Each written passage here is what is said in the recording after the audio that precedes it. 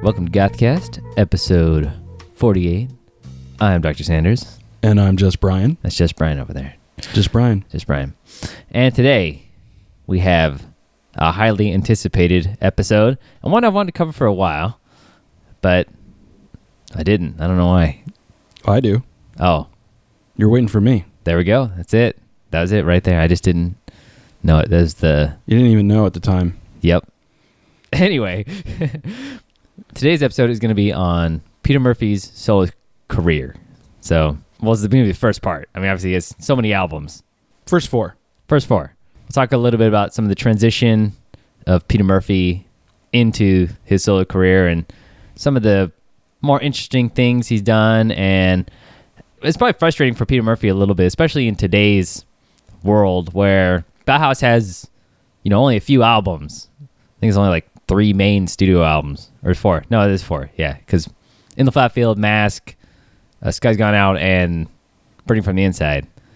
And they did those really in a very short amount of time. And then Peter Murphy has so many solo albums, and people always want him to just play Bauhaus songs. Yeah. Not always, but, a lot of the stuff, you still have so many hits of his own, but a lot of people who are listening to him in the modern day are like, oh, when's Bauhaus going to do more music or play, certain Bauhaus songs and stuff. But there are so many really famous Peter Murphy songs. But I can imagine that's irritating a little bit. I don't know. Yeah. So I'm paraphrasing here, but I remember in one of the interviews, Peter Murphy said that he had a problem with the other bandmates of Bauhaus not producing the kind of music that he wanted to produce as much as he wanted to produce it. And that was part of the reason why he had to kind of break it off from them. Mm-hmm. And so a lot of his solo career was just him doing everything he could to get that music out of him. Yeah. And that's part of why he ended up being so much more prolific doing his own thing, was because he just had control over everything. Yeah. And didn't have to get a bunch of people else on board and try and drive them to do the thing that he wanted to do. Yeah. And one of the things we're going to see a lot with his solo releases is that there are certain band members who work with him a lot on each album, but he brings in a lot of studio musicians, just guests, basically pay to play musicians. That's something I really liked about the albums that we're covering, is that, it's not just the guitar and bass and drums and him singing. Yeah. Right? There's a lot of other things going on in the music. A lot of guest spots, of guest spots. You've got cello, harmonica. Yeah. Oh, yeah, the harmonica solo. Harmonica in there. Congas. Mm-hmm. There's a lot of different... There's 100% more bongos. There's a lot of different things going on. Yeah. So it's not what you would necessarily expect. Yeah, I agree with that. But it's kind of a weird time for Peter Murphy. He's definitely trying to branch out and do something different than what Bauhaus is known for. And also, if you look at Love and Rockets, which is what all the other band members went to go do, or Tones on Tail. Yeah. That was also super different. And of course, there was a lot of troubles. If you actually want to read about some of the troubles with the band, at least as far as, Bauhaus and Peter Murphy and all that stuff, then you can actually read David J's book on Bauhaus. I actually reviewed it on YouTube. It's a really good book. Has some issues in terms of the actual structure of the book, but has pretty much all the rock starish moments you want in there.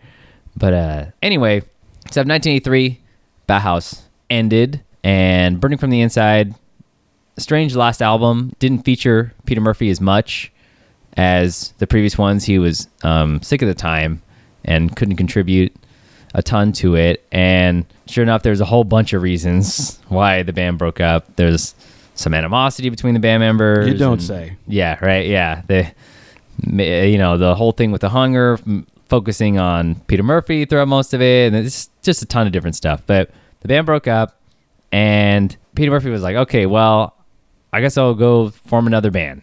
And he did this really strange album. He got with that cat with Japan, right? Yeah, the guy from Japan. Yeah, the cat from Japan. Cat from Japan, yeah. Yeah, right. And he made this album, band, and then an album called Dali's Car. It's a pretty interesting album. It's not necessarily the greatest album. It's way different than Bauhaus. And even you could see some of what was going to be his elements for his solo career in here, but it's a strange one. And by the way, music video is hilarious. They have a music video they carry a laser disc around. Beautiful. But we're not really discussing that album in depth. I just thought I would throw that in there just in case you're wondering, like, oh, well, if Bauhaus broke up in 1983, why didn't he release an album until 1986? It's like he was working on stuff, but Dali's Car wasn't that successful. Yeah. Well, I mean, at the same time, he did plan a reunion, I think early 2000s, or maybe it's late 2000s. Actually, yeah, I think it's late 2000s where they were going to get back together and record, but then the other guy, some health issues. Health issues. Yeah, Dali's Car did continue. There is some future stuff for that. If we ever get to Peter Murphy's career and that point, we'll talk about that as well. But anyway, I just thought I would throw in the Dali's Car thing as kind of a mention just in case you'd never heard of it. I think most people have. I don't know. I always think everybody's heard of everything, so I'm the wrong person to ask about that. So that didn't work out. Dali's Car thing didn't work out. And so he's like, well, I guess I'm going to go solo. And spent a few years trying to figure that out. And sure enough, instead of 1986, we have Should the World Fail to Fall Apart. And this is a really good album. It's a really good album, and you can tell right off the bat that the production quality is really, really high. Yeah. They had money, and whoever was doing the mixing and everything, and the engineer knew what they were doing, or at least they could fake it really well, because it's very well put together. Just like Dali's Car, I want to say that this wasn't necessarily a super successful smash hit of an album. It was somewhat successful, but wasn't like the big hit he was expecting. You know, I mean, you got to remember, like, Bauhaus with Ziggy Stardust and stuff, that was like a really big deal. It made them really popular, you know. And this album doesn't really focus or try to mimic a lot of what Bauhaus did. And I think in a lot of ways that was smart, because it plays to a lot of Peter Murphy's strengths. And the vocals are just really the forefront of a ton of it, and the melodies and stuff. But the actual instrumentation on here is really lush. It has a lot of layering, a lot of very different kinds of percussion, and plus, oh my gosh, the guitar and bass on this, so good. Oh yeah, and it all lends very well to his voice. Nothing is, overwhelming the ability to hear everything that he's singing, and it comes through clearly. And yeah, the mix is really good. Yeah, definitely Peter Murphy. the vocal aspect of the album is pushed really hard. You can tell, like, I don't know if Peter Murphy was standing right there, but you could tell it's like, it's not like the singer who's in charge of all the music would be concerned about making sure his voice can be heard. Yeah, it's definitely a very loud part of the mix. Like, but you do have some things on here that I can tell that I don't know if it was necessarily the smartest idea for him. Like,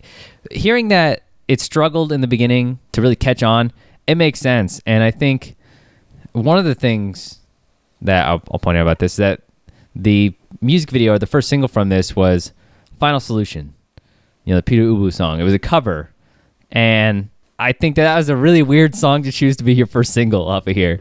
Yeah, I mean, I can see that. The music video that he did for that, plus, I don't know. Well, here's the thing, is that there are certain elements on this album that are very 80s, and the 80s in the way that it's mixed and stuff.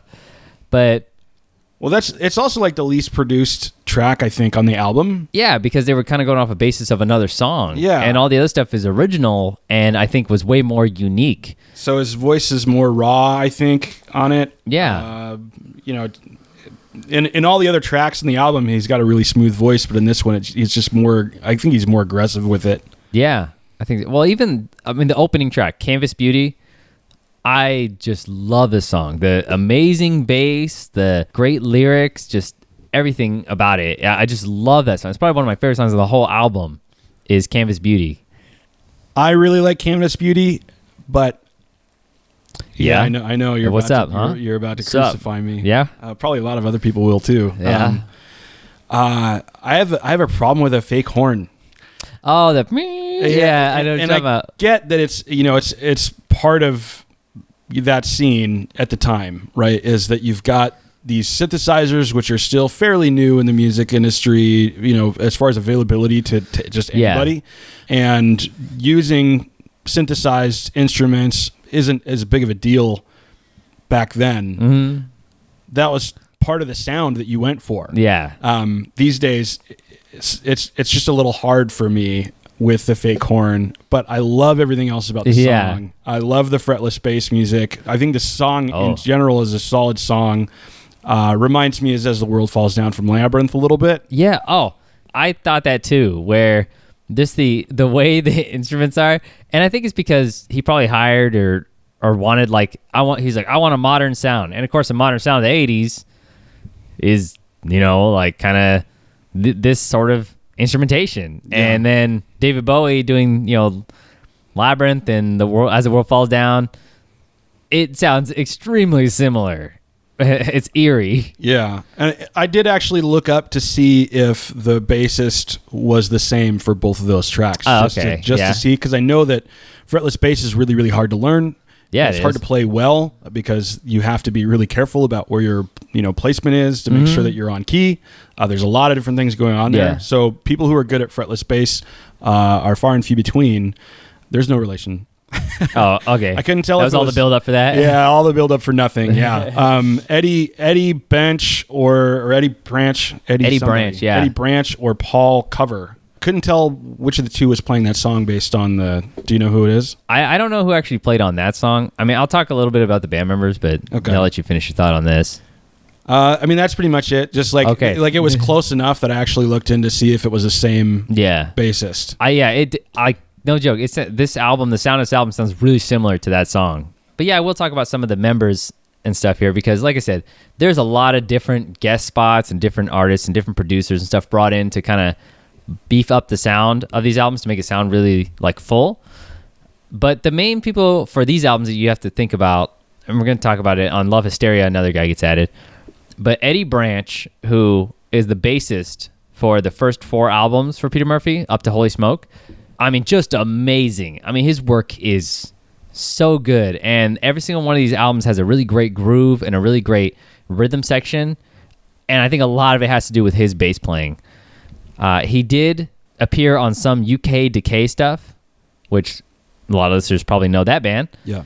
And I don't know if everybody knows this band, but the band Furyo, Furyo. I mean, I assume Peter Murphy probably heard that album. It was like a really small. I don't even know if it was a full release, but I'm assuming you heard that because actually it sounds really similar to some of his solo stuff. But I'll just say Eddie Branch is a great bassist for this. It makes the sound of this. Also, you have I think it's Peter Bonus. Yeah, good luck. I didn't attempt that one. Yeah, right. Yeah. Guitarist, especially for guitar, there's a lot of different guitarists brought in on these albums. So who knows? I'm not sure exactly how much he had in the writing process of things, but for the first 4 albums, he's like the guy. So as far as like a stable lineup, we're gonna have another person added in Love Hysteria. So just wait for that. But Eddie Branch and Peter Bonas, great work on this album. Well, so who's Paul Cover? Because he's credited too for bass. I don't know. He did bass on something. Like I said, it gets really confusing. But actually, the one of the things I want to talk about for this is actually a guest spot or kind of collaborative writing here. So you have The Light Pours Out of Me, right? And then it's good. Yeah. What a weird title. And this actually had assistance from John McGeoch from Susie and the Banshees.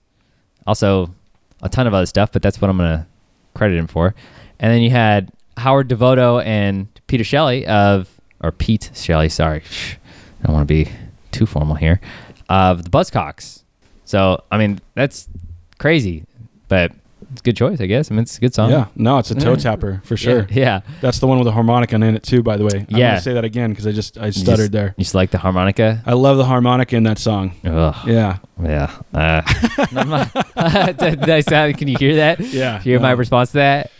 I'm not so hot on the harmonica. Oh man, no! I think it makes me want to get up and shuffle. It's really hard to harmonize with it. You just need more practice. As far as like the mood of this album, I would say it's mostly upbeat, but you do have some really different kind of stuff on here. So you have the song Confessions, which almost has like a seedy sort of sound. Yeah, very brooding. Yeah. Moody. Kind of reminds me of like a film noir sort of thing. I don't know why necessarily, but it has a great build up and another song with great bass guitar. every song has great bass. I mean, just pick a song. It has great bass guitar on it. I mean, it's just so good. Should the world fail to fall apart? I don't know if I was so keen on this song. Super 80s sound. Yeah. It actually reminds me of David Bowie's 80s stuff. It's almost like he heard David Bowie's like solo material and then was like, okay, do that. Yeah, it's funny that you mentioned that it's very 80s sounding, because I think that if for a lot of this, except for the fretless bass, yeah, you could have somebody listen to this album and they wouldn't really know what year it was produced. I mean, it doesn't sound like 50s, 60s, 70s music or whatever, but this could be something that could be released today and people would be like, oh yeah, like that. Some of it, yeah. I could definitely see it with some of it. But not that song. Not that song. There's a few on here, like, well, I think Final Solution, of course, like that as well was. That's one of my favorites on the album, actually. Final Solution? Yeah. Even though it's really clumsy. Well, as a single, it didn't work, but then as actually a song, you like it? I do. So it's towards the end. It's the second to last song? Yeah, second to last song on the original release. Yeah. I really liked the style of the music. Mm-hmm. I think it was a good change of pace from some of the other stuff before the closer. I really like the rest of the album. Don't get me wrong. I'm not saying like, oh yeah, I really like this song because it's different than the rest. Yeah. Just, I really appreciated that there was also this other style that he was doing that kind of shows off one more aspect of his ability and his talent. I shouldn't say talent, his skills. I can see where you're going with that. I actually think Final Solution is one of my least favorite songs on the album. I get what you're saying though. It's totally different, and that's one of the things I like about this album is the variety you get on here. And even songs like God Sends. By the way, did you notice this? Do you think the guitar sounds like the 007 theme? Like the James Bond theme? I didn't notice it. I was too shocked by the cello and the congas in that song. Oh, yep. That's all I could focus on. The song itself, really well constructed, but I was just like, what am I hearing? What is going on here? Well, there's a lot of that on this album. Also, what Answer is Clear, like the weird percussion and like a whole bunch of stuff going on, but that's my favorite. Oh yeah? Yeah. Answer is Clear? That's my favorite on the album. It's really good. I mean, you have a lot of really cool stuff. There's a lot of stuff going on in the Answer is Clear, or Answer is Clear. I keep on adding does in here. I don't know why. But there's a lot of stuff going on in that song. It's super busy, and literally the percussion sounds like they're just kind of like tapping on like little metal cans or something. It's really strange. Yeah. But it's really cool. In fact, there's just so much experimenting on this album. And it's funny because the music isn't necessarily experimental. Like it's more, like art rock or influenced at least, but on the core of the songs, you have a basic pop sensibility for the most part. I mean, especially compared with Bauhaus, where Bauhaus had a way more aggressive sound, and Dali's car is pretty much just art rock for the most part. This is like a blend of a whole bunch of different stuff, and even though you have bongos, harmonica, like strange percussion, a lot of synthesized horns, the acoustic guitars and like the shimmeriness of that, and just great bass lines, you still have a really good kind of pop album underneath all of that, or at least a pop composition. Absolutely. Even like in Blue Heart, there are sections that reminded me of like Talking Heads. Oh yeah, and like especially with the slap bass on that, yeah, that's crazy. A little bit of Danny Elfman. I even heard some stuff that like the vocal stylings of the guy in the B-52s. Some of the stuff he does with his voice reminds me of that. Mm-hmm. And then even like Men at Work, a little bit of Men at Work. There's just like a lot of different things I'm hearing in that song. Yeah. Not necessarily saying Peter was influenced by those things, but that there's similarities in sound. Yeah. Okay, I could totally see all of that. It's such a good album. It's a great album. Yeah. There's not a song on it I'd be like, yeah, I don't want to listen to that one. I don't think I'd skip through any of them. Yeah. I mean, I would agree with that.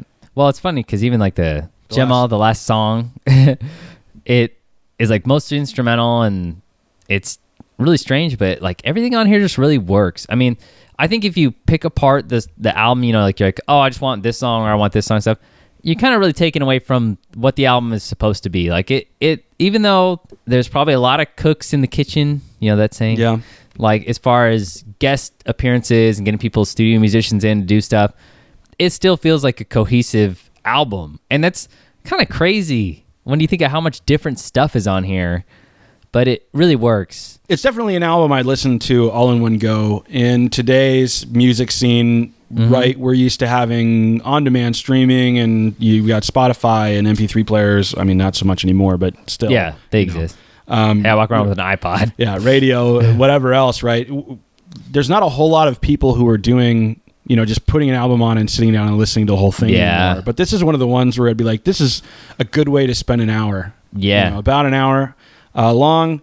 I think the whole album works really well, going, you know, from the beginning to the end.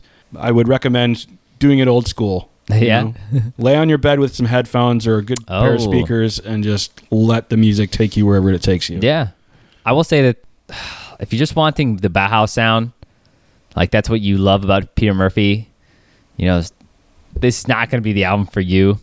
I would say give it a shot though, because Peter Murphy, man, his vocals are so good on this.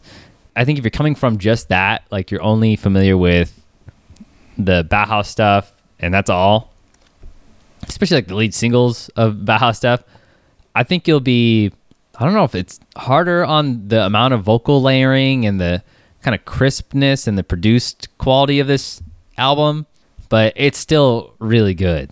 I mean, yeah, I would say it definitely feels professional as opposed to overproduced. Yeah. Yeah, if you're like, I'll put an example. If you're comparing this to In the Flat Field, the Bauhaus, it's going to be really strange. Yeah. Like that's a really sparse, you know, album with just like 4 guys and all this stuff.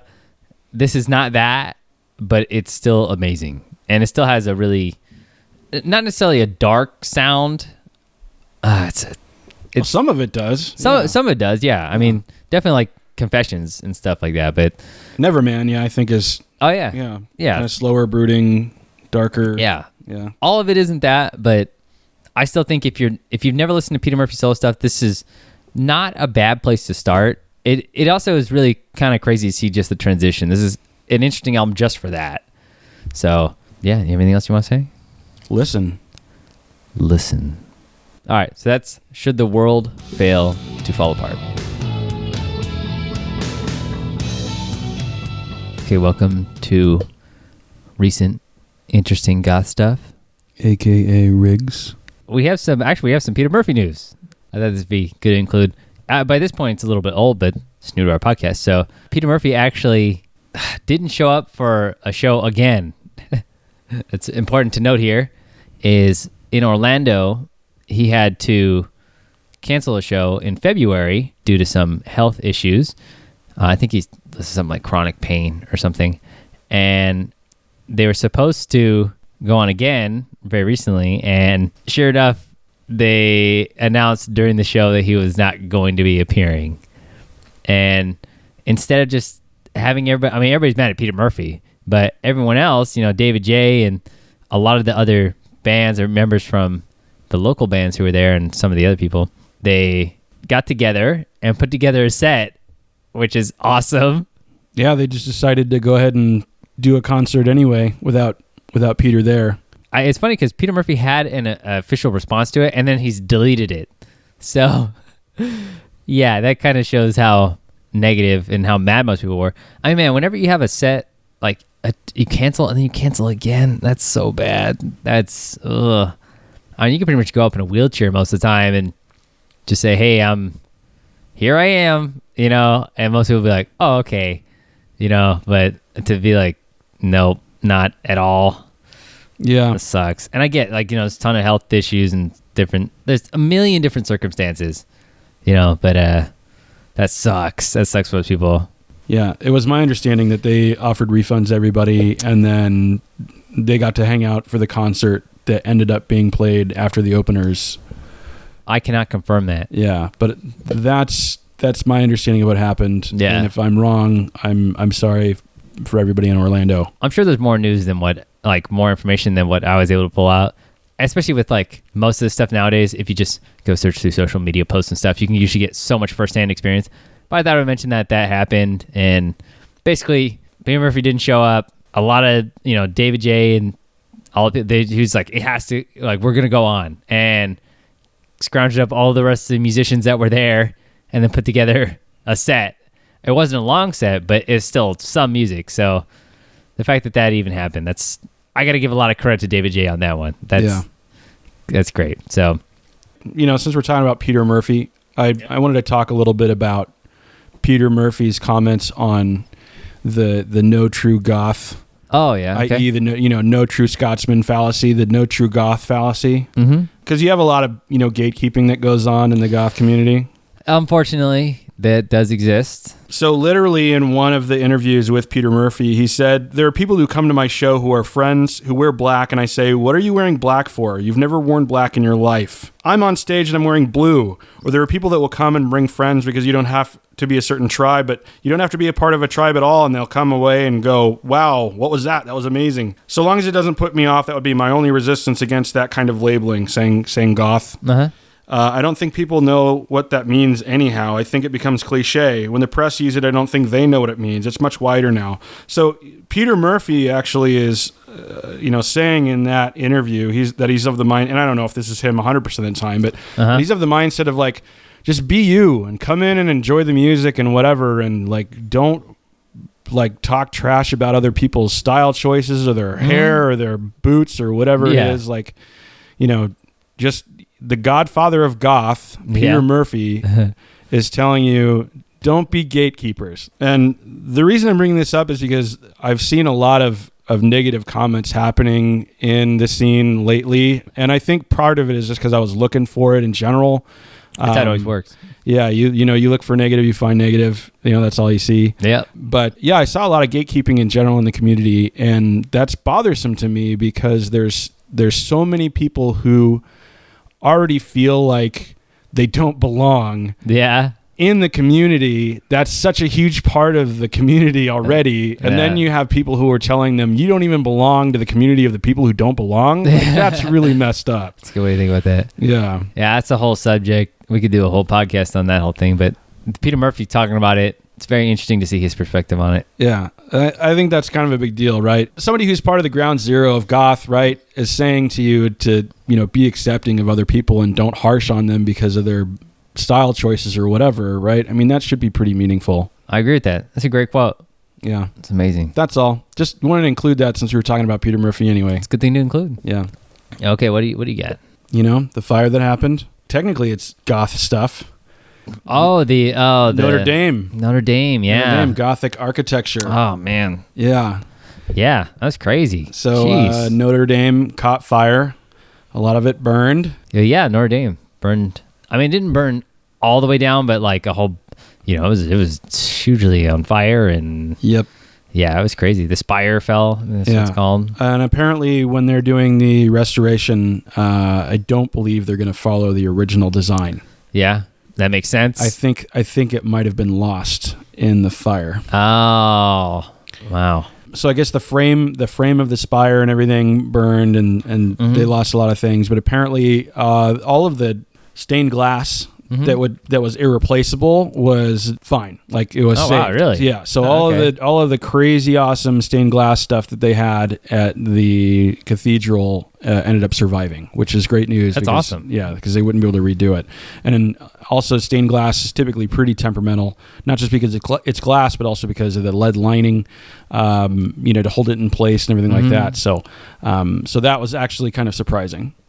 Yeah. Well, it's awesome. There's been so many different viewpoints on all that stuff. Like the one thing I could say about it that is just so sad, especially you know me, like just the historical, like so much of that stuff is just so, I mean, it's hard to even fathom how old it is. Yeah. I mean, that's like what's crazy. Like I get people have a lot of stance on a lot of what it represented, the building represented, but I mean, if you just look at like the actual history that was in there, it's insane. I mean, Can you even imagine anything 800 years old? I mean, right in front of you. I mean, I guess dirt and the earth that we stand on, yes. but something that was man-made, and that's what's crazy to me. It's like that, And that's the classic Hunchback of Notre Dame, right? I mean, that's right. That was in my that Disney movie. Yeah, the Disney movie. Yeah, yeah. That's it. Now, wasn't a book or no, wasn't. But I guess that was written the last time they needed funding to restore the church. Really? Yeah, that was part of like hey, take a look at this. The history and the architecture here is pretty amazing and everything, and that was one of the ways they got interest in restoration work. Wow. Was through the Hunchback of Notre Dame. Victor Hugo. Wow, I did not know that. That's crazy. By the way, that did show up inside of my. Remember when I did that video on most Goth Disney movies? That was in there. Yeah. That was in that video. Not plugging my thing. I just thought I would try to. If you're not already a fan of GothCast, and you're listening to this now, you should go and look at GothCast. That's the worst place ever to plug a product. Hey, all this history burned down from hundreds of years. By the way, subscribe. The good news is they secured funding for it. There's a lot of controversy over the funding, being put towards it for restoration. But that's a whole issue that I can't even imagine us being able to even kind of grasp how complicated that is. Right. Larger scope than we have the time or ability for here. Yeah. Anyway, really sad. In other news, we have... Let's talk about this. It's funny how much Marilyn Manson shows up in the news segments because he's just so goofy. Like what he does, he's always just so random, and he's always getting into trouble. But he's a rascal. Yeah, it's by his own admission. Right. But like I always say every time I mention Marilyn Manson on the podcast. Yeah, I know he doesn't make goth music, but everybody seems to really enjoy whenever I talk about it and mention the weird stuff he does. I think the one I really remember is when his music was on Dancing with the Stars or something. What? The Beautiful People was the soundtrack or like one of the dances on that show. Wow. And I was like, wow, come really far, huh? To where that's like now mainstream enough to be on Dancing with the Stars. Yeah. But there's been a whole bunch of things. So there's a whole bunch of wacky stuff. But we have another wacky Marilyn Manson story, or sad, depending on how you look at it. It could be really sad, but in 2017, he was, a lot of you remember there was a stage prop that fell on him. It's like these giant guns. It was like on this metal scaffolding thing. And it was part of a stage prop, and he was leaning on it, and it fell back on him, and it compound fractured his leg. And it was really gnarly, really bad. And he performed a few shows in like his own chair. And a lot of people, and they wore the boot. There's like he went on TV, and he was performing Sweet Dreams and he had like a boot on and stuff. So it was a really, really bad injury.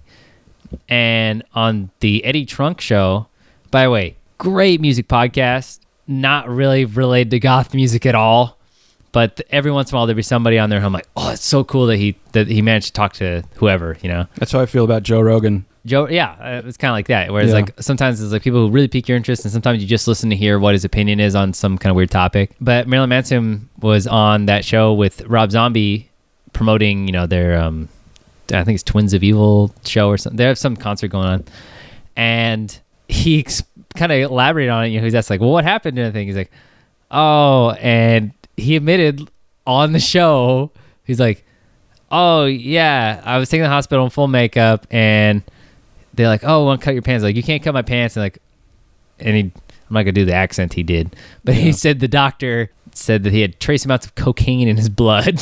Maybe I'll just play the clip here. I was in full makeup in the hospital. They wanted to cut my pants off. I'm like, no, you can't ruin my stage pants. And the doctor had, the intern or nurse or whatever he might be, had a lisp.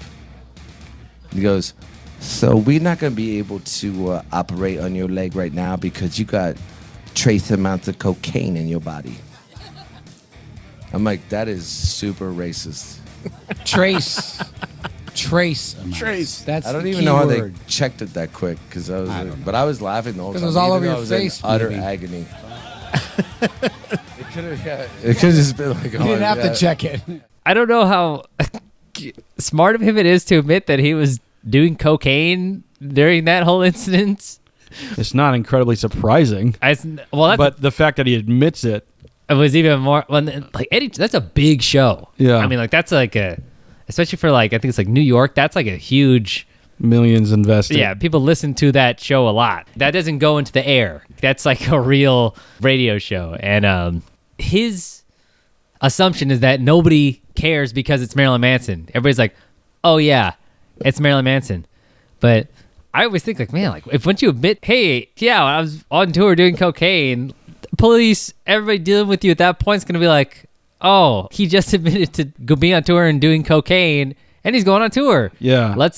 Everything's going to be second guessed. Yeah, so like, there's good luck ever trying to trying to go through airports and all that stuff. So I thought that was like not the smartest idea when they're trying to promote a tour and he's talking about his tour not that long ago. He was like, oh yeah, I was cocaine in my blood and to the point where a doctor wouldn't operate on me. So yeah, that wacky Marilyn Manson.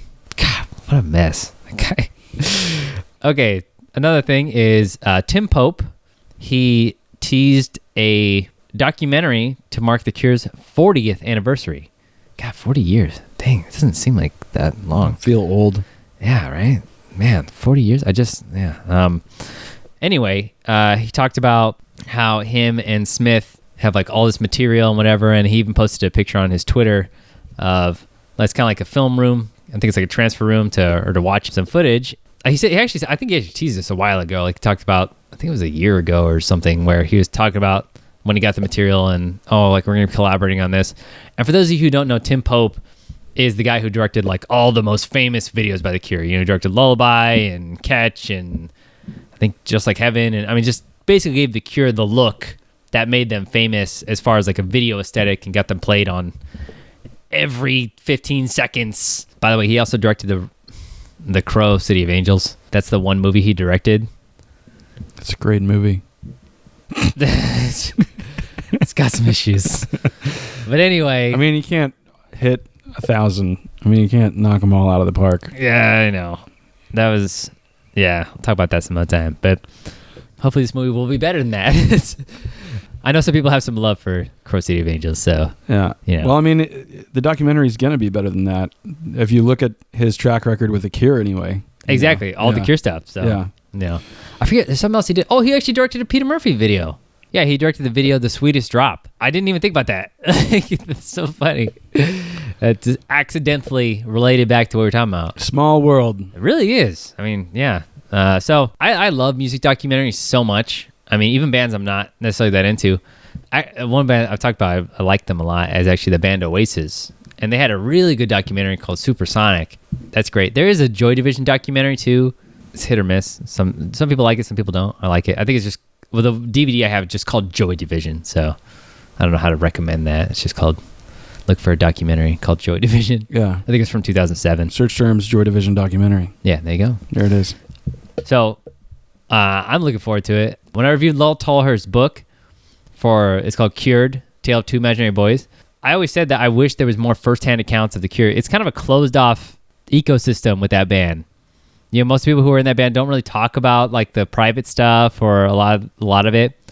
And there's been a whole bunch of books that are very mediocre that have a lot of speculation. So that's why Lowell Tolhurst's book was so good, because it was like the first like prying eye into it. So I think it'd be cool to like actually get a documentary where Robert Smith and all the other band members are actually talking about their experiences at the time and maybe what was difficult, and because there was some pretty big turmoil in that band. Yeah. Do you think any of that missing video will end up showing up? Oh, Carnage Visors? Yeah. I hope. Oh my gosh. Carnage Visors, for those of you who don't know, one of the lost things is there was like this 20-minute, I think it was 20 minutes short, called Carnage Visors. And as far as I know, at least at the time of this recording, there was only a very small portion of it released. I mean, very small. And none of it has been seen since. So it was basically a film that played before the band went on. You can find there's actually a cassette that was released with the music on it, but the video itself has not been released. So, yeah. Anyway, looking forward to that, obviously. Special feature on the DVD, maybe. God, I would hope so. Oh, man. I know. Listen to me say DVD these days. Blu-ray. Oh, my gosh. The digital thing. Don't even get me started on that. Laser disc. Yeah. God. How about digital VHS? There we go. There was HD. Never mind. I'm gonna Yeah, go. HD VHS. There was yeah, HD man. VHS. It did exist. Anyway, so that's that. Obviously, I'm looking forward to it because I just want a tangent about how much I love The Cure. And Rosetta Stone released a video for one of the songs from the new album, Tomorrow for Us. It's a Misery Lab song, re-recorded.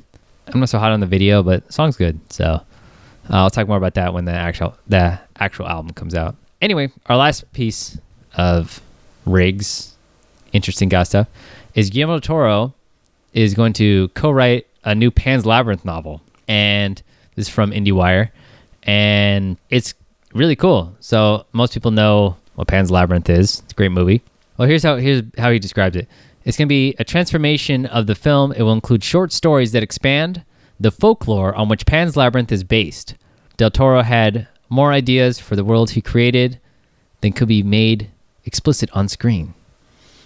Isn't that cool? That's exciting. Yeah. I always really like the material surrounding existing kind of fantasy lore, fantasy world stuff when it's done well.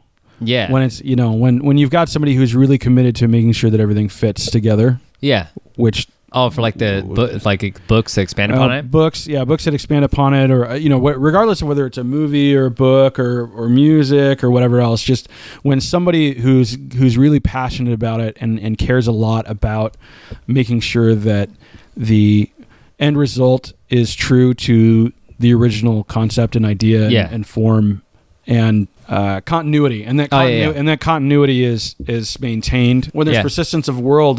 That when you can tie all that stuff together, that stuff is always really interesting. The lore that comes about, and that he's going to do a good job with it. Oh yeah, everything Del Toro does is like he's like 100% invested in, which is what's great. Yeah, I'm somebody who I'm not that picky with most stuff. I mean, I will criticize things if I think they're really bad, but as far as like expanding upon things I love, there's the Blade Runner book series that came out.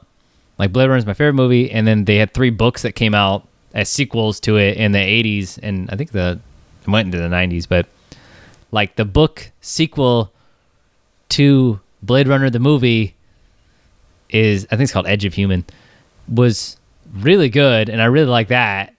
And then they made the sequel that kind of just retconned it, but like they made the actual movie sequel. Yeah. But like I think when it's done right, it can be done. It's like just amazing. I mean, look at Labyrinth. Labyrinth has like a manga series that continues the story of Labyrinth, and there's the new comic that's coming out, and there's tons of stuff like that. So yeah, Dark Shadows had a comic book series that continued the story of Barnabas Collins, like after the part of the show. So a lot of this stuff exists, and when it's done right, it's like perfect. When it's done wrong, it's painful. Yes, it's really painful. Yes, it is. Yeah. So anyway, that's recent interesting goth stuff. Let me see if I can remember it all. Peter Murphy didn't show up for a show. Cure documentary. Rosetta Stone new music video. Oh, Marilyn Manson admitting things he probably shouldn't admit on TV. Notre Dame radio. catching on fire. Notre Dame and Del Toro. Lots of stuff. Yeah. Lots of stuff. All right, let's get back to music.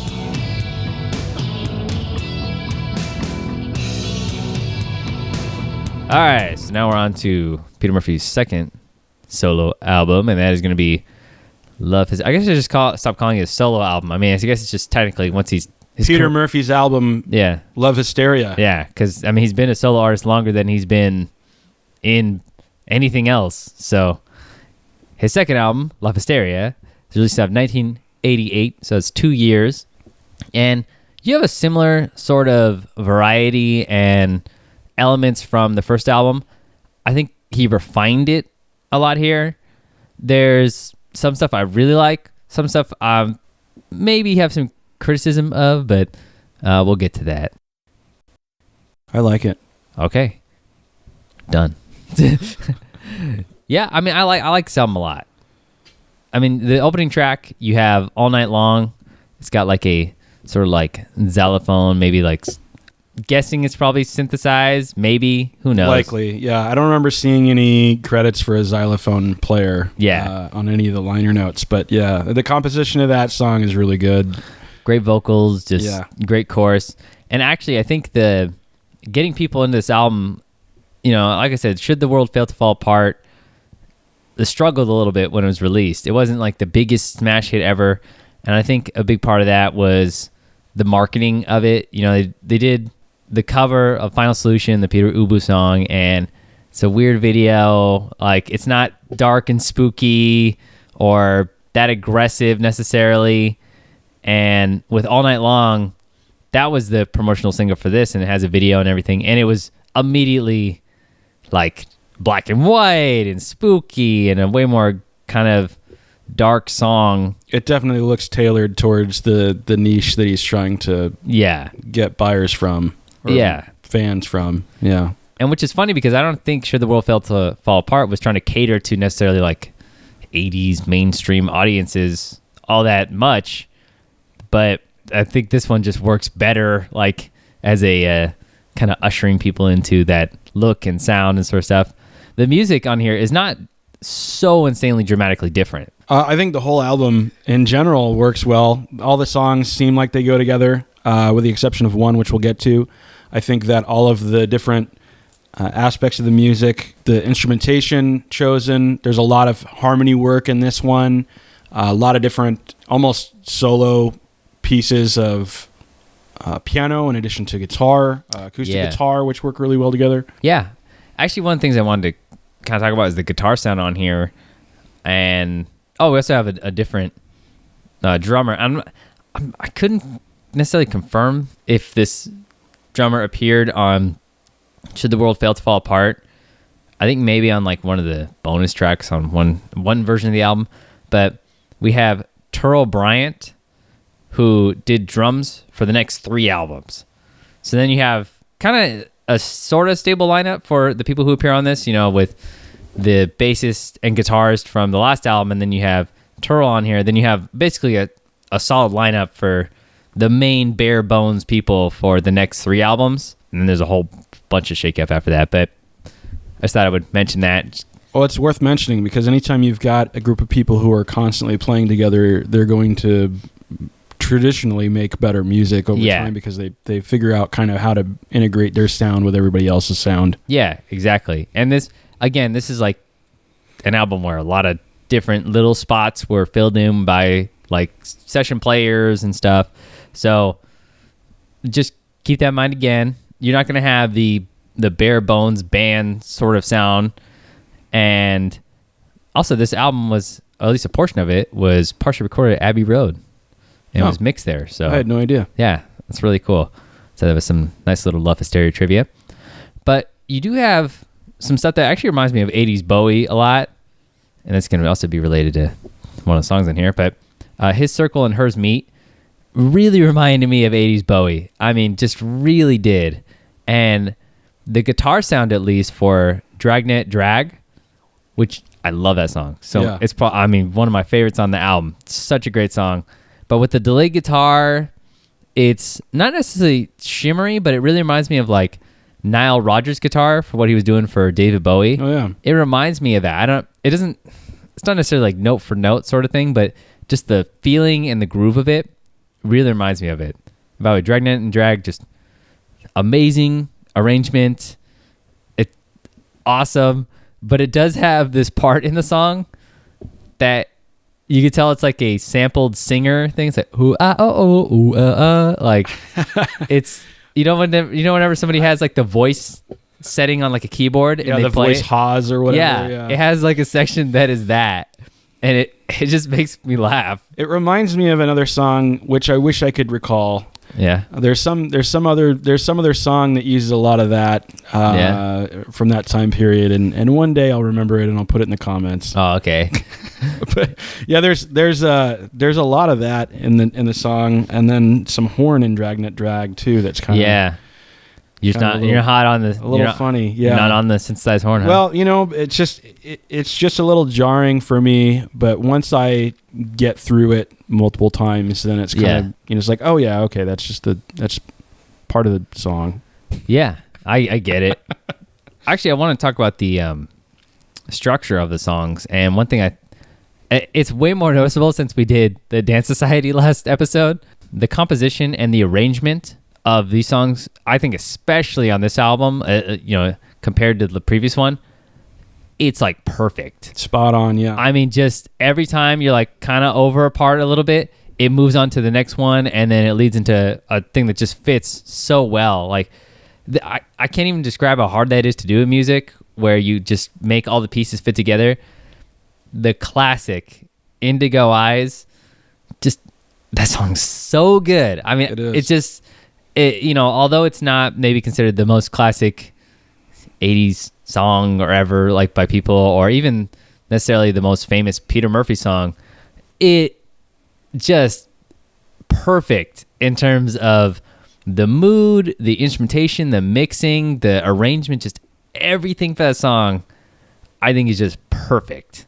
For the 4 albums we're reviewing here, that's pretty consistent throughout, is that by the time you're like done with something, it moves on to something else. There's only one song where I'm like, okay, this is a little long. Yeah. And it is saying a lot too, because most of the songs are over 4.5 minutes. Yeah. Well, it's weird because you'll have some stuff, and this goes across most of his albums, is that you'll have some stuff that's like 3.5 minutes, and then you'll have a song that like 7. Yeah, it's just randomly in there, and it's not necessarily a song that's dramatically different, or in terms of, the kind of mood or feel. It's just 6.5 minutes long. Yeah. It's hard to make a song that's 6.5 minutes long not feel like it's that long. Yeah. You will often find yourself surprised at how long a song is after you go back and look at how long it is, as opposed to thinking about how long it is. Yeah. One of the songs, it does have a long runtime, is Socrates the Python. Love it. Yeah. It's real moody. It's great. It has what I think would be considered a stereotypically Egyptian sound to it. Yeah. Oh yeah. It could be like it could totally be like a soundtrack to like a mummy movie or something. Yeah. Like a mummy movie that took place in the 80s. It really builds nicely throughout the track. I think that's one of the main reasons why it doesn't feel that long, is because it constantly builds, and you have a very effective minimalistic approach for a lot of the instrumentation. Yeah. It's a little bit out there, but you can almost hear the snake slither in it. I mean, it's super well done. It is. I don't know how he does it, but one of the only things that I actually wasn't. It's the only song I wasn't that hot on was "Time Has Got Nothing to Do with It." It's a good song, but I think it was just like the keyboard riff or something was just like, I was just like, man, like that. Like whenever there's sometimes like a certain melody or something, you're just like, I just can't click with that one. Whatever it was about this specific song, I don't know. That was how I felt about the title track on the last one. Is I liked the title track kind of, but there was this part where there was a syncopated synth pad or something that just drove me nuts. Yeah, and that's the it doesn't happen all the time throughout the entirety of the song, but there's sections of it where I'm just like, just doesn't feel right. There's something wrong here. Yeah, and I get you as far as time has got nothing to do with it. I think the positives for that song though is that the mixing was really good on it. There's a very good balance of vocals and instruments on that song. Not that it's not good on other ones, but it's just particularly well done here. Yeah. Then we have Blind Sublime. It was aggressive.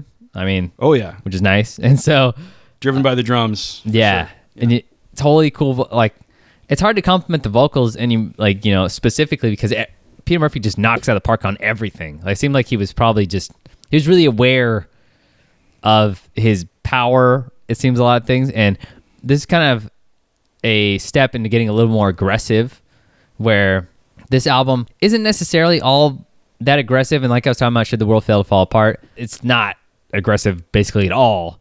Like, it's energetic, but it's not like, when he was with Bauhaus or anything like that. You feel less of the punk influences in the music. Yeah. And Blind Sublime is kind of a little bit of a taste of that again. But later in the song, there's a break where there's like guitar and piano. Oh, yeah. And my gosh, it is amazing. Like, I just love the way the two instruments kind of like almost duel each other a little bit, and they kind of add to the sound together. I just love that. And that's the song Blind Sublime. It's kind of like, I think it's like 2 or 3 minutes in, but it's so good. You have the ballad. I wrote on here, Ballad to the Max. Yeah, mine says great ballad. Yeah, my last 2 weeks is super ballad. I mean, it's just, what do you think of a ballad? That's it. Which is funny because the rhythm section is it's kind of unconventional for the song. Yeah. Yeah. But it works. No, it works really well.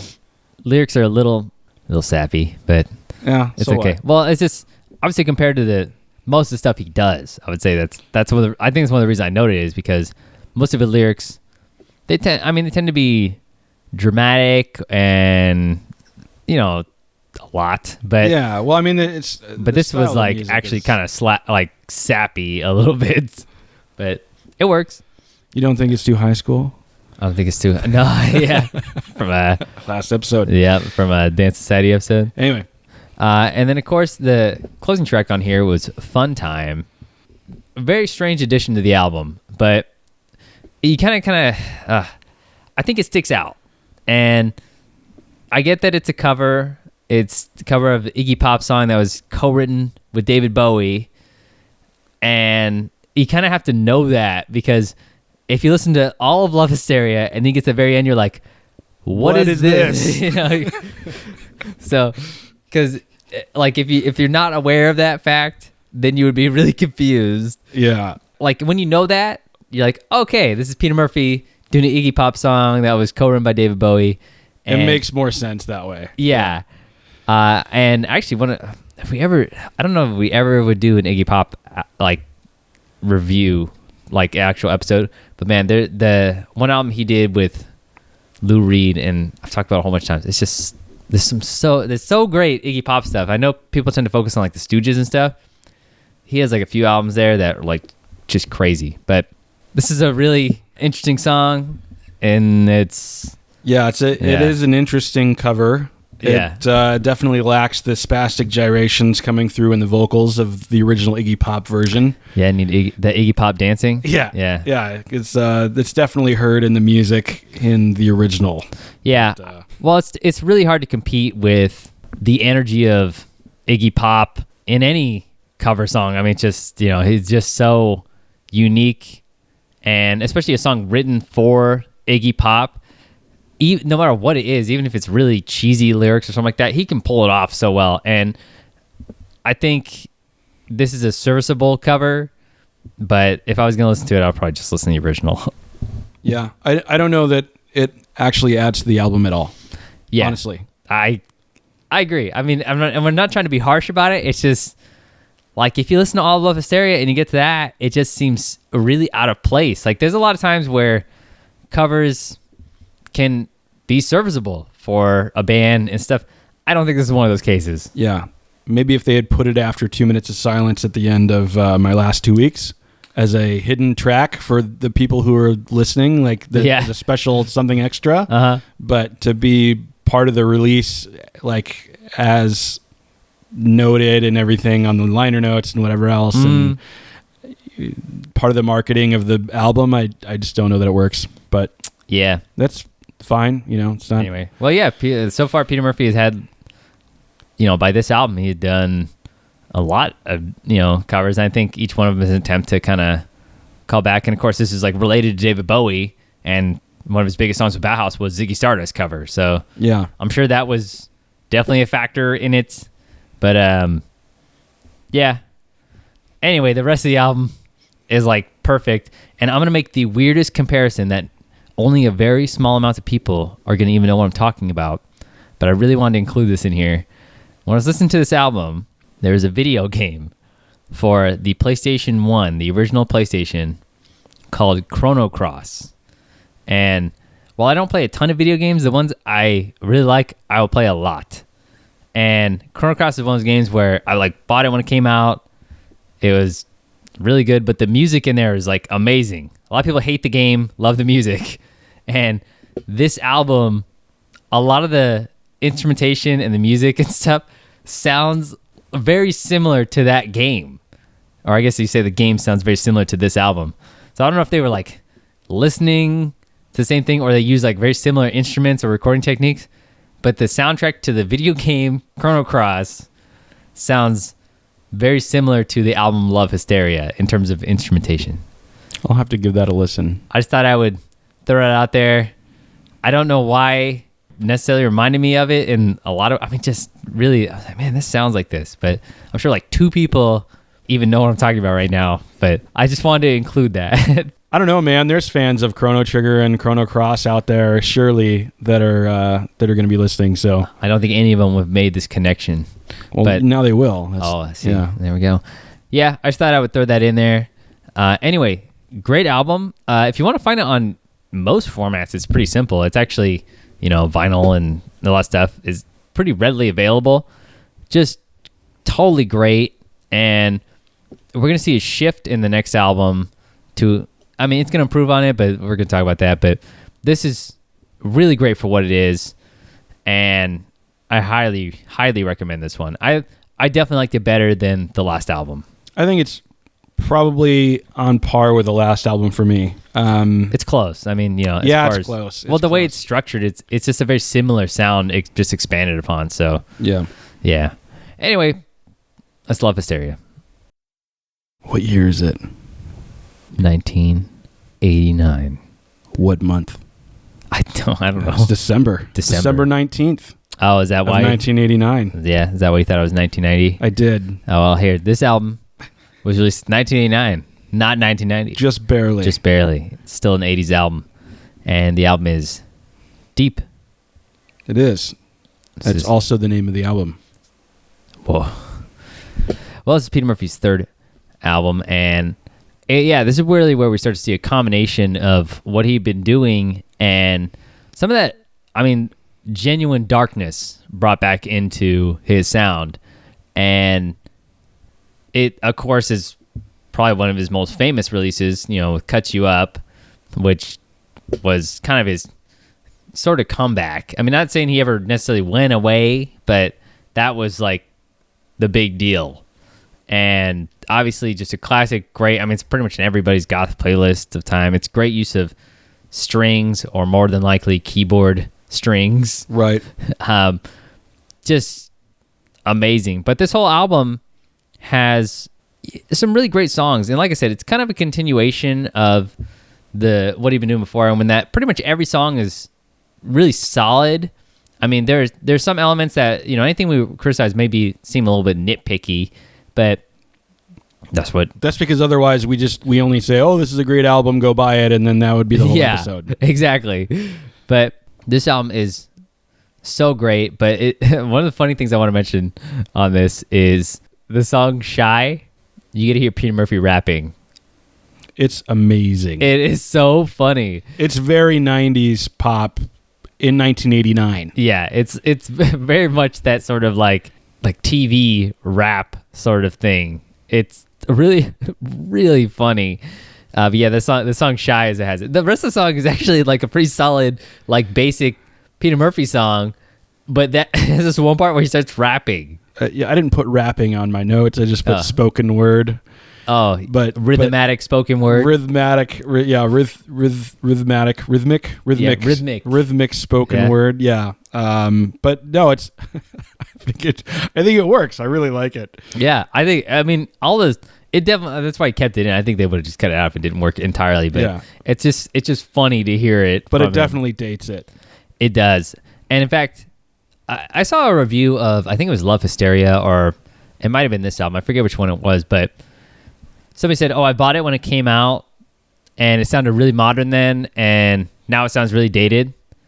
And it might have been for Deep, but it can be said of this album there, and the last album, Love Hysteria, is that some of the elements that he's trying to work in from what was modern music at the time, maybe a little bit dated.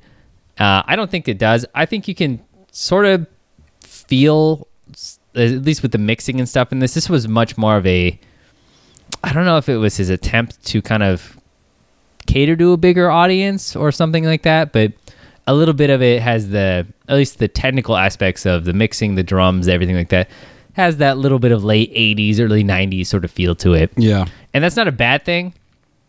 It's just since we're not playing all the music for you right now, I think that's a good way to describe it for people to kind of get an idea of what it sounds like. But as far as a lot of the great songs on here, you have Crystal Wrists, right? That's the name of that, right? Yeah. Yeah. That never seems like that's the right name, the right title for that. It seems like such a weird song title. Well, and that song's kind of a little interesting too, because the content of the song, like the lyrical content of the song, is so sad, but the song pacing itself is kind of upbeat, and Yeah. I don't know. I really like it though. It has really shimmery guitars. You know, while you had a kind of, I wouldn't say flat sort of guitar sound on Last Things, but you didn't have the stereotypical 80s shimmery guitar sound that kind of like what the Cure sort of did and stuff. This is where you start to see that and creep into here. And of course, the amazing bass. Just we keep saying it, but man, the rhythm and stuff on here, like the drums and the bass, so amazing. It is so good. And you also see a return of the fretless bass again in a couple of the songs here. Yeah, and it's all amazing. You have Seven Veils. What you? Oh, well, okay. Okay. Well, so Seven Veils, I have to really be in the mood for that. Really? Yeah. If I'm not into it, it just feels a little. That's the one song where it just feels a little long if I'm not into it. Wow. But if I'm in the mood for it, then it's amazing. Well, it's actually kind of funny because it's one of the songs I actually have the most criticism of, and that's because I really did not like the guitar solo on that song. Really? It just felt sloppy to me. And that may be because I play guitar and stuff, and it was just like, wow, this feels really weird. But yeah, I mean, it still is a good song and still has great use of vocals, as always. Of course, you have Marlene Dietrich's favorite poem. That's the name of the song. Another ballad. This is one of those things where I think it's so hard to do, but the song feels really basic, like as far as, the structure and the kind of like the feeling of it. It feels like, oh, there's not much going on in the song. There's like a lot of layered instruments in this, a lot of little kind of pieces added in there. Right. Like if you listen really close but it feels really sparse, but it's not at all. And you've got harp in that song. Yeah, you got tons of surprisingly little keyboard parts, Yeah. like a little mandolin part. I mean, just everything. It's like that's really hard to do, but that song pulls it off perfectly. That's one of my top Really, songs from the album. Yeah. it's hard to pick a top. I don't know. I mean, it's hard not to pick "Cuts You Up" or. Cuts You Up is really good. Yeah. I think I would almost try to take that out of the equation just because it's been inside of so many. I mean, it's just been so well known for like the goth scene for so long. So you would be like, oh, well, what do I do with that? But it's still amazing. It's like if I don't include it in my favorite songs, like, am I just doing it because it's so well known anyway? But Yeah. anyway, speaking of that, if I'm going to choose one that's not so well known, then Roll Call Reprise. that's really not well known. Yeah, no kidding. Really? Wow. Yeah, that's. I think it's got a really good build on it. I actually prefer that version to the original Roll Call. Yeah. I think the rhythm section only in the beginning's really, really well. Goes right into an instrumental bridge after the lyrics. That's really well done. Yeah. Well, I don't actually. What's funny is I don't agree with you on the Reprise being better. I actually really like Roll Call, and that's almost entirely because of the guitar on Roll Call. Like the guitar riff and the guitar effects on that is so cool. I just love them, and it has like a great groove to it, and it's crazy that you're so wrong. I don't mind being wrong. Oh, okay. I mean, I do a lot actually, but No. I'm okay to be wrong to you. Oh, I Yeah. somehow that makes sense to somebody somewhere. But yeah, Roll Call, I get both. Actually, both the pieces are really good. Roll Call and Roll Call Reprise, they're both amazing. And gosh, it's so, man, I feel like this episode's just so complimentary to these albums. It's just like, Well, it's because Peter Murphy did a great job on them. they are. I mean, well, not just Peter Murphy, but everybody. Yeah, everybody everyone. involved. Yeah. I think, yeah, well, this is a perfect example. Like, especially by this point, you have somebody look up their names again just so I get it right again, which is sad because you shouldn't have to look up people who are so instrumental to these albums. But, Eddie Branch, Peter Bonas, and Terrell Bryant. I mean, it's, especially with Terrell Bryant, I'm pretty sure coming in from Love Hysteria, but then already having Eddie and Peter already being such a good basis for, and like structured this band, it's just amazing. By the time you get to Deep, they're able to really push a lot of those things even further, and that's also why you have so much consistency. I think with this is not only do you have with Peter Murphy's solo stuff trying to bring in different producers and a lot of other different studio musicians and a lot of session players, but it still wouldn't be good unless you had these people being the backbone of the music, and the performances are always so great on this. never feels like they don't know what they're doing, or that they haven't practiced everything a million times or put everything together. I mean, and they don't feel bored. Like, you can always tell whenever people are just like phoning it in. None of this feels phoned in, even if it feels produced, which it does. It feels very highly produced. It doesn't lose that thing of like it feeling like actual people playing music. Yeah, there's still a heck of a lot of emotion coming through in the music. Yeah, and then you have, of course, the crazy A Strange Kind of Love. Why is it crazy? Because it's so famous. I don't know. It's good. I don't know what else it's great. It's just A Strange Kind of Love is like, I wouldn't say it probably is one of the most famous songs, but he's done it a million different ways with a ton of different people. I think he did it with Trent Reznor too, which was cool. And that was obviously in the later part of his career. He's appeared on tons of like his live albums and different stuff. So A Strange Kind of Love is just a great addition to this album and freaking awesome. I got to say too, as far as the pacing of this album is concerned, there's a lot of slower songs on the album. Yeah. And one of the complaints I had when we reviewed Dance Society was, there's a lot of plotting and it just didn't feel driven enough. And if you ever need an example of how to do longer, slower songs well, these albums have a lot of great examples. That is very true. In particular, this album. Yeah. A Strange Kind of Love is a perfect example of that. Yeah. Also, this gives me a good chance to comment on the visual aspect of Peter Murphy around this time. And, of course, the iconic video for Cut You Up is where he dyed his hair like bleach blonde and has some of those crazy effects on it. Some of the shots are pretty funny if you take them out of context. Do you think he did that to try and step away from being labeled as goth only? Trying to act a little bit quirky in it. Yeah. I mean, it's hard to say. What's so funny is I feel this album actually has a lot more ties to Bauhaus than the previous two albums he did. I think some of the aesthetic choices, like as far as some of the Cut You Up sort of mysterious eye, the light just shining on the eyes and that stuff. Yeah. But then some of the stuff, you can tell he's maybe wanting to show a little bit more of a playful side to him than, just instead of all doom and gloom and stuff. I could see it. I think it's the video for A Strange Kind of Love.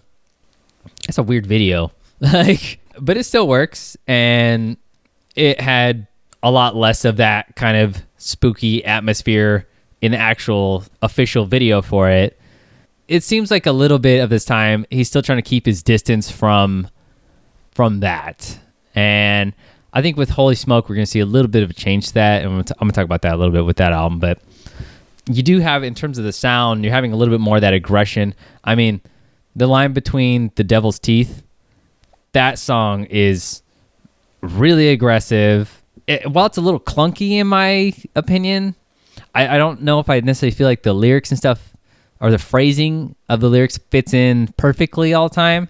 But I think the point of that song is that's supposed to just be like aggressive, energetic, and everything like that. So. Yeah, I think for the line between, a lot of that for me is excusable in that it just seems like it's part of the torment that he's singing about and experiencing. Oh, I get it. Yeah. Yeah. I could see that. I mean, not torment because he can't get the song right, but he's he's tormented and therefore being Peter Murphy. Yeah. Peter Murphy things. Being, Peter Murphy being tormented by being Peter Murphy. That makes sense. And then, when you're in the throes of feeling like everything's crashing down around you and everything's miserable and life sucks, you're not going to be as precise necessarily with instrumentation or whatever. And I get what you're saying. Yeah, I get what you're saying. I think overall this album is just really, really strong. And man, I don't know if it's necessarily an improvement over Love Hysteria. I think it depends on what you like. I mean, if you want a little bit of a softer album, then you go with Love Hysteria or, Should the World Fail to Fall Apart. If you want something that's a little more aggressive and maybe a little more fine-tuned than those albums are, which is hard to say because both those albums are really well done. Yeah. But nothing on this album feels even kind of out of place. like as far as like the structure, instrument. It feels like they like really like honed it. Here's the product. This album is, like it's hard to describe necessarily, but I think refined is a great word to use. I think Yeah. that the sound is more refined and maybe the emotional content is more gritty. oh, okay, yeah, like it is definitely darker. Like Yeah. it is just absolutely is. Oh, by the way, before I forget it, I wanted to mention that if you've ever seen the album cover, it's Peter Murphy. He's like bending over his arms back, and the album's like black and white. And if you bought one of the CD re-releases, when you open up the CD, it had a little pop-up Peter Murphy in the CD case. It was hilarious. But yeah, You could make clothes for him and play dress up no, you with could. the pop up. That was the Peter Peter Murphy Murphy. paper doll. Yeah. The Peter Murphy with I was gonna say something really mean. I was gonna say with bottle throwing action. God, it's so mean. And then you can turn the album upside down, and then he's laying on the ground face down while they take him away. We'll talk about that sometime. But yeah, you could buy the version that had a little pop-up Peter Murphy. But overall, Yeah. I obviously really highly recommend this album. In some respects, I wouldn't say a lot of Peter Murphy's music is necessarily forgotten, but in today's modern audience, it seems like a lot more people focus on the Bauhaus aspect of his career, or just any of their career, like with Daniel Ash, Kevin Haskins, David J. They've done so much stuff that is not Bauhaus, and people just kind of only focus on that sometimes. And so That was one of the things I wanted to talk about too, is just, it was really interesting to me how good all of this stuff is, and yet you don't really hear anybody ever talking about Peter Murphy. yeah, that's Unless it's in conjunction with Bauhaus. that's it. I know, and I'm sure that's somewhat frustrating, especially in today's world, because he did have a lot of stuff going on, but now it's like it's almost like in retrospect, that's like what's happened. It's kind of like the whole Christian Death thing, where it was people were more open to Valerie Kent taking over as singer or stuff, or people changing, and then like later people are like, well, why is he a singer? It's like, well, he's been the singer for like 23 years or something, It's like, and it seems like kind of one of those things where Peter Murphy's become a little bit more known for that. And then there was the whole Bauhaus reunion stuff, and they did 2 reunions, and I'll talk more about that with Holy Smoke because I have a little bit of information about that. But yeah, it is weird, right? That like you pretty much don't hear anything about these albums, and if you do, you might hear about like Strange Kind of Love or Cuts You Up. Yeah. And Or it'll be in passing, like, oh yeah, Peter Murphy's solo Yeah, stuff. oh yeah, it's really good, yeah. But Bauhaus, Indigo Eyes, like, yeah, but then, like, is there a cover of Ziggy Stardust, or She's in Parties and stuff. Yeah, so I imagine that's, I don't know, I can't really attest for anybody else, but I feel like that's much more of a modern kind of thing that people just are like, only, like, oh, Bauhaus should reunite, Bauhaus should reunite, Bauhaus should reunite. They just Peter Murphy just did like a tour where it was the music of Bauhaus sort of thing. And him and David J. Yeah. And all that. And, yeah, so I don't know, but that's why I wanted to actually do this episode, is to bring some light to these albums and just how amazing they are, and like get people to pay attention to them. And like I said, with this one, if you're looking for like a little bit about more Bauhaus in it, like what I said with the previous 2, maybe a little shocking, and then Holy Smoke we're gonna get to, but just thought I would kind of mention that, a little bit of a tangent, but that's what a podcast is, a gigantic tangent. So anyway, that is deep. Go find it lots of places. I'm pretty sure this is the first one where, I don't know if it was released on vinyl initially. I think it was maybe the whatever. Go listen to it. Donnie, was this ever released on vinyl? Because the other ones were, right? Yes, the other ones were, because it was also the mid to late 80s. Yeah. But as far as I know, Deep was never released on vinyl in America.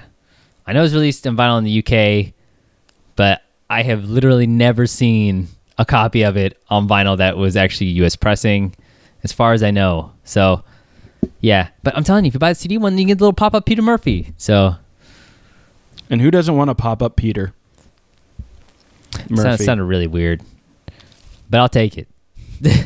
Anyway, that's Deep, so go listen, go enjoy, and that's it. Okay, now we're on to Peter Murphy's fourth album. Holy smoke. Yep. In 1992. That's when it was released. And there was a lot of different stuff that happened in this time. There was a major shift in the music scene, especially, in America and in Europe. And Europe went towards more of like a dance sort of thing. And in America, obviously the alternative grunge sort of thing popped in. And you basically have all that happening when, Peter Murphy was kind of working on this album. And in that time, he moved to Turkey. He had a son. He, I guess, sort of isolated himself from the music scene like that was going on, and he wasn't aware of what was necessarily going on as far as that when he was making this album. It was recorded in New York, and I think this is really funny. At this time, there was an interview where Peter Murphy talked about, he was asked about, what do you think about Bauhaus reuniting or doing music with Daniel Ash, And so he's like, I think if we did something together, I wouldn't want to do Bauhaus because then it would just be retreading and it wouldn't be interesting and all stuff. And then later that same decade, only 6 years later, he went and reunited with Bauhaus. That's normal. I know. I'll never do that thing, and then you go and do it.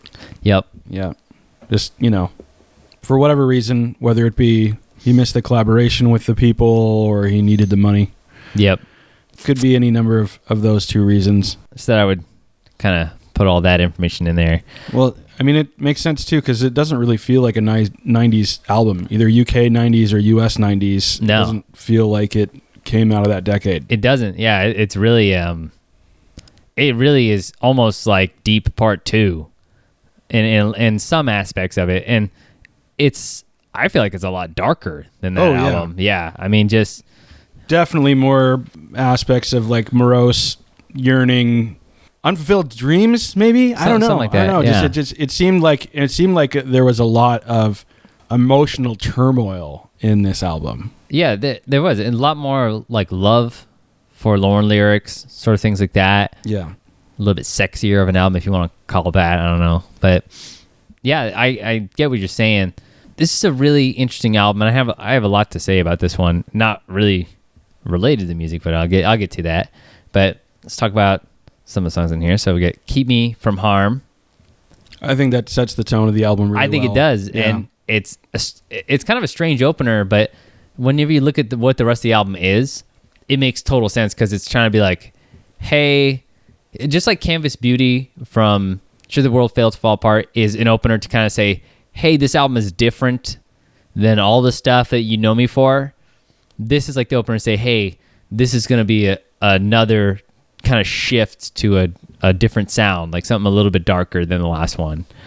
And it's great. I mean, for me, it felt a little clumsy, but it's a much more emotional record, like as far as the feeling of stuff. I don't know how else to describe it. Yeah, I don't know that clumsy really would be a descriptor I use on the opener, but I definitely did feel like it was kind of weird. It kind of was a weird choice as an opener until then you get to the rest of the album. Yeah. And then you're like, oh, okay, yeah, no, that totally makes sense as an opener. Yeah. You have Kill the Hate. He obviously did a lot in his life in between the release of Deep and this, and like just very emotional vocals for Kill the Hate. I said with every single one. Great bass, great groove, just a great groove. I mean, is it a slap bass? Is that the sound I'm hearing? Because it kind of sounds like funk. I mean, not necessarily. It's not really slap bass, but like the plucking. Yeah, I get what you're saying. The bass in that does kind of have a funk feel to it, just a little bit, and then the organ. I was just gonna say the organ sound. It's so cool. I like it a lot. I love that. I love the organ. I love at the end of the song, your post coda. You've got that little organ riff at the end. Yep. Yeah, the whole song's great. I love that song, and yeah, most of the stuff on here I really, really like. You're So Close. One of the things I liked on this one was the guitar. It has like the palm muted kind of like chugging guitar sound, and then kind of opens up into a more like lush sound. Yeah, just so great. And if it sounds like this is like really hard to review some of the stuff because just sounds like we're gushing. I know. Well, it's just has a lot of the same things, like where I think a lot of the stuff that they criticize or just was kind of picking apart on Love Hysteria and Should the World Fail to Fall Apart, on Deep was fixed. And then with this one is just like the same kind of thing, great composition for the songs, great arrangements. And they actually kind of seems like they took away a little bit of that like layered, lush sort of sound to get more of a band performance. And apparently when they were recording it, that's kind of what they did, is they try to do as much as they could as a live band and then add to it, instead of being like, a session piece where, maybe doesn't have necessarily the feeling of that. This really feels like a band playing some of these songs. A little bit more of I hate this word just because of well, everybody knows when I'll say it, organic sound. Sure. Than say, the first two. It's just really good. I don't necessarily, I think maybe somewhere in here I'll have some criticisms, but it just works. Yeah. It just really works. And even though You're So Close is kind of lyrically simple, it totally works because the cadence of the words match the melody of the music so well. Yeah.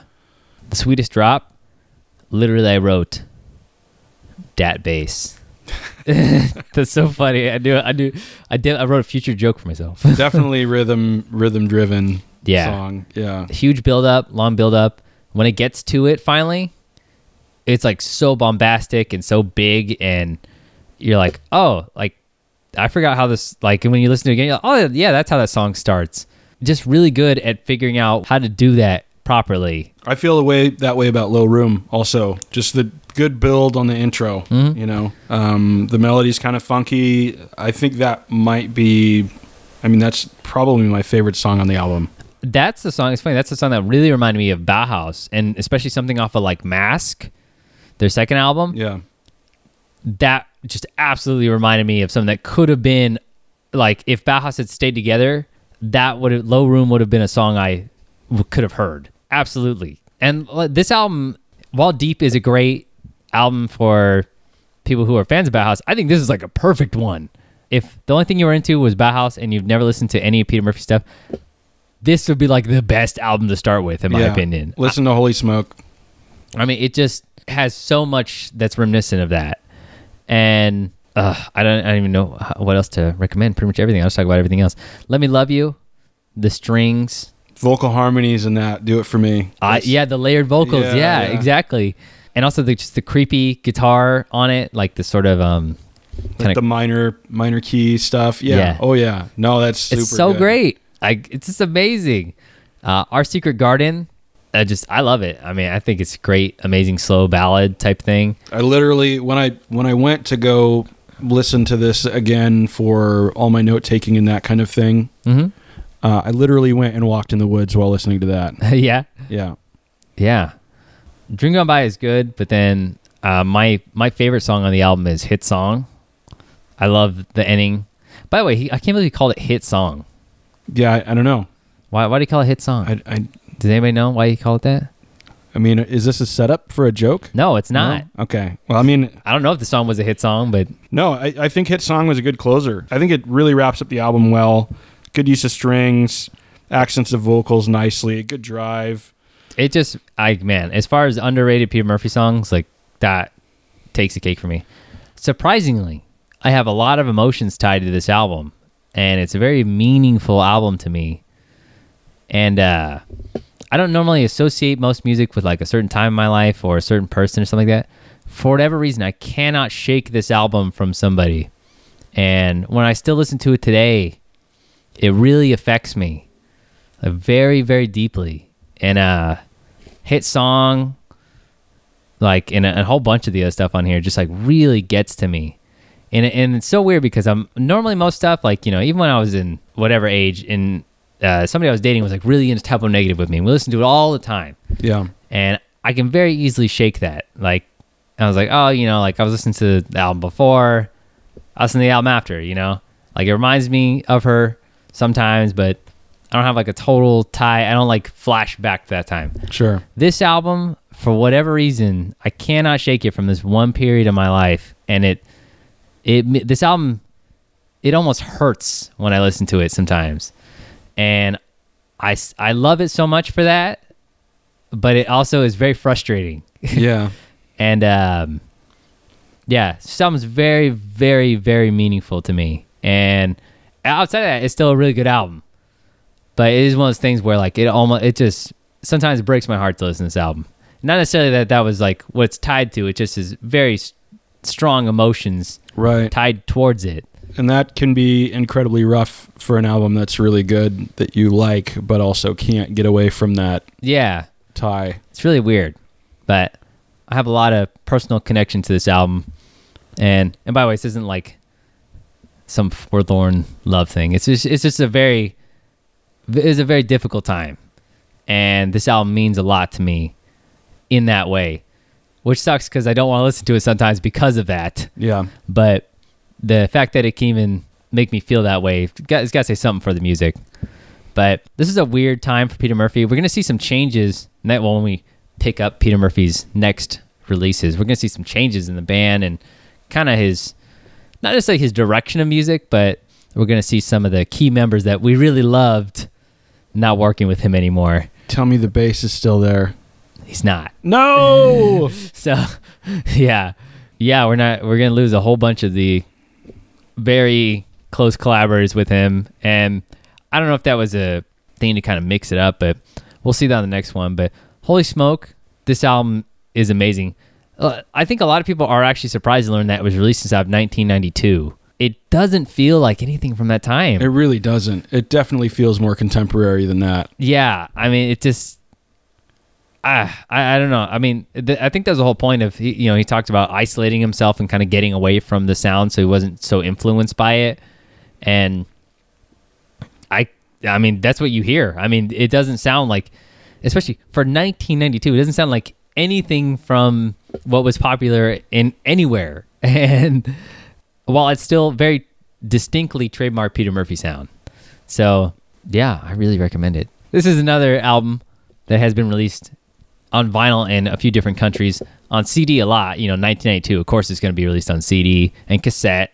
Totally one that should be released on vinyl or something like that. I think it would look really cool. But either way, as long as you can listen to it, enjoy the music, that's all that matters, right? That's true. But if you do happen to find a vinyl copy somewhere for, a reasonable amount, like $20 or less or something like that, pick it up. Yeah. Because you're going to make a ton of money. Oh, snap. Is that why? Pick it up, sell it, and then buy the CDs.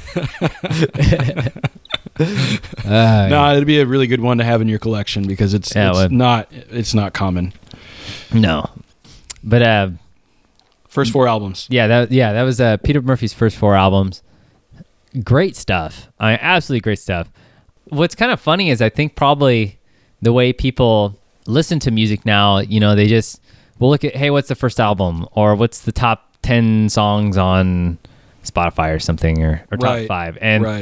And unfortunately, I think, I can't say for sure, but I'm sure if people listen to Should the World Fail to Fall Apart first, after they're like way into Bauhaus, and like, oh, what's the next thing he did? Right. And they listen to it, they're like, what the heck? And I think that's a disservice to the music. Yeah. It's just because that, when it starts off so unexpected, and especially for how dark it got with Deep and Holy Smoke, I think those are way better fit for somebody coming from those albums. I think that's also why people who like pick a playlist or something, like the singles, and like, oh, Cuts You Up, so amazing, whatever, and then they don't listen to the full albums and stuff. There's so many good songs that have been released through these albums, and I think Holy Smoke is the best bridge for it, for at least the ones we're talking about. Right. But all of them are good. All of them are very good. All of them are fantastic. Yeah. All of them are amazing. Yes. I could keep doing that until I look up the thing that I'm actually stalling for. Yeah.